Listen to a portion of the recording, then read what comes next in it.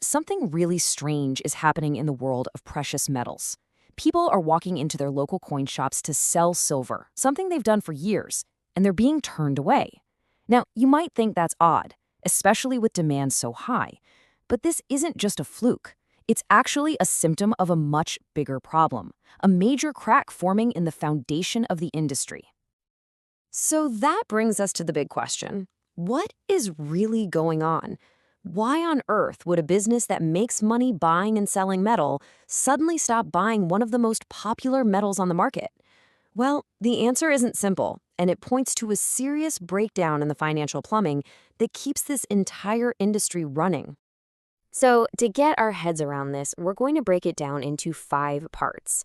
First, we'll look at this sudden freeze that's happening at the local level. Then we'll trace the problem back to its source, the broken refiner pipeline. After that, we'll dig into the cash flow crisis this has created, see how shops are trying to adapt and survive, and finally, talk about what this new market reality means for you. Okay, let's start with what you'd see if you walked into a shop today. The problem is very real, right at the local level. Sellers are getting turned away, and believe it or not, some shops are even closing up shop early in the day because they have literally run out of cash. This quote here is from one dealer talking about his competition. He's saying, sure, they can advertise great prices, but they had to shut their doors by noon. Why? No more cash. So this isn't about a lack of demand for silver, it's a straight-up cash crunch. And make no mistake, this isn't just affecting a few mom-and-pop shops. We're seeing a near panic spreading, even among larger, well-established regional dealers. Everyone is scrambling to figure out how to do business when the fundamental rules of the game have been changed on them, seemingly overnight. So, to really understand the why, we have to look up the food chain, past the local shops. The root of this problem is happening with the big national refiners, the companies that local shops have always relied on. That relationship has been the absolute bedrock of this industry's liquidity for decades. You see, for years, the model was beautifully simple. You'd sell your metal to a local coin shop, the shop would bundle up its excess inventory and sell it to a national refiner. And, this is the key part, the refiner would send a wire transfer that same day. That instant payment was the engine for the shop's cash flow, giving them the funds to buy from the very next person who walked in the door. Well, that pipeline is now completely broken. The system that reliably pumped cash into thousands of dealerships across the country has been shut off. And it wasn't a market crash that did it. It was a conscious decision by the refiners themselves. The major refiners have fundamentally changed the terms of business. Some have just stopped buying silver, period. For gold, those same-day payments are gone, replaced by a float of 7, 10, even more days. And here's the real kicker. They no longer lock in the price when they get the metal. And this new rule, this is what creates the crisis. It's not just a delay in payment. It's forcing these small businesses to take a massive gamble, a gamble that most of them simply cannot afford to take. Let's look at this side by side. The old system was low risk, high liquidity. They got a same-day wire with a locked-in price. The new system is the exact opposite. It's high risk with frozen cash flow. Their money is tied up for a week or more, and the final payout floats with the market. They're completely exposed to any price drops during that time. For any small business, cash flow is everything. It's the oxygen they need to breathe.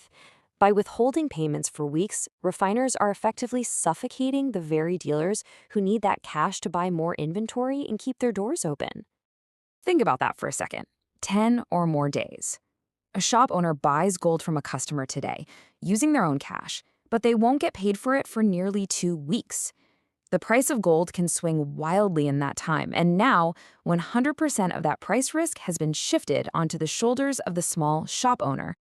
So when you're faced with that kind of uncertainty, you have to plan for the worst.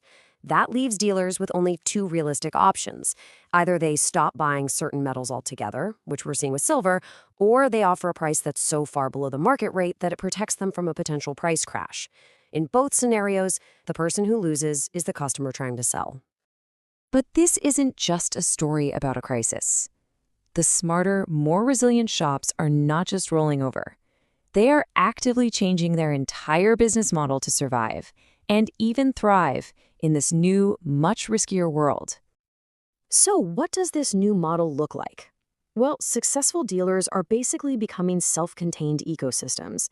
They're only buying inventory they know they can sell directly to their own retail customers. They're also diversifying away from just bullion, basic gold and silver, and moving more into numismatics, rare coins, watches, and diamonds. These are all areas that require real expertise. This quote really hits the nail on the head. For a long time, it was easy money. You could be a dealer who didn't know much, just buy bullion, flip it to the refiner, and skim a small profit. That lazy business model is now dead. To survive today, you need a deep well of knowledge and a strong retail client base. The simple arbitrage game is over. All right, so we've looked at the problem, the cause, and how dealers are trying to adapt. But let's bring this all home. What does this new market reality actually mean for you as someone who owns or wants to own precious metals? Here is the most important takeaway from all of this. The old assumption that you can walk into pretty much any coin shop in the country and easily sell your metal, that assumption is no longer valid. Suddenly, the financial health and business model of your local dealer is just as important as the spot price of gold. Your ability to sell is no longer a given. And this all leads to a really critical question that you should be asking yourself. If the dealer you bought from might not have the cash on hand to buy it back when you need to sell, how does that affect your personal strategy? The game has changed, and it means that building a relationship with a stable, knowledgeable, and well-capitalized dealer has never been more important.